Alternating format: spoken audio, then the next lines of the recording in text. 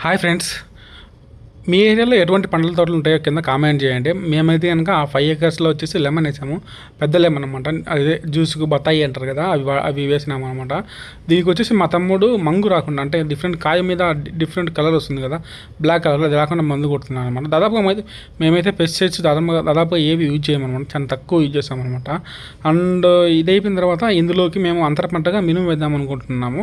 యాక్చువల్గా ఏంటంటే నాకు కొంతమంది ఏమన్నారంటే కనుక అంతర పంటగా ఏదైనా వేసే కనుక అందులోకి మొత్తం సతమంతా అంతర పంటగా తీసేసుకునేసి చెట్లు పెద్దగా రావు, పెద్దగా అవ్వు అని చెప్పారనమాట.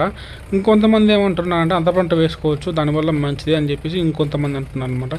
ఏది ఏమైనప్పటికీ ఈ ఒకసారి వేద్దామని చెప్పి ఫిక్స్ అయిపోయాము. మరి మీ ఏరియాలో అంతర పంట ఏమైనా వేస్తారా? వేయడం వల్ల మంచిదా చెడ్డదో కింద కామెంట్ చేయండి, మీకు తెలిసిన ఐడియా చెప్పండి.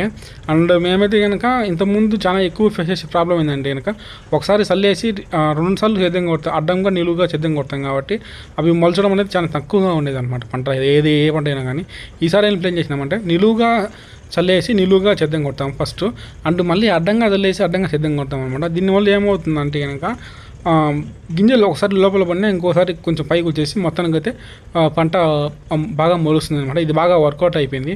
మీరు కూడా ఏదైనా పండ్ల తోటలో ఇట్లా అడ్డంగా నిలువుగా సేద్యం కొట్టి చల్లడం వల్ల చాలా వరకు అయితే వర్కౌట్ అవుతుందన్నమాట. అండ్ మీ ఏరియాలో ఎటువంటి పంటలు వేస్తారో ఆ పంటల దిగుబడి ఎలా ఉంటుందో కింద కామెంట్ చేయండి.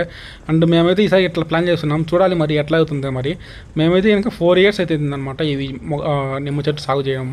And thanks for watching. Please subscribe my channel.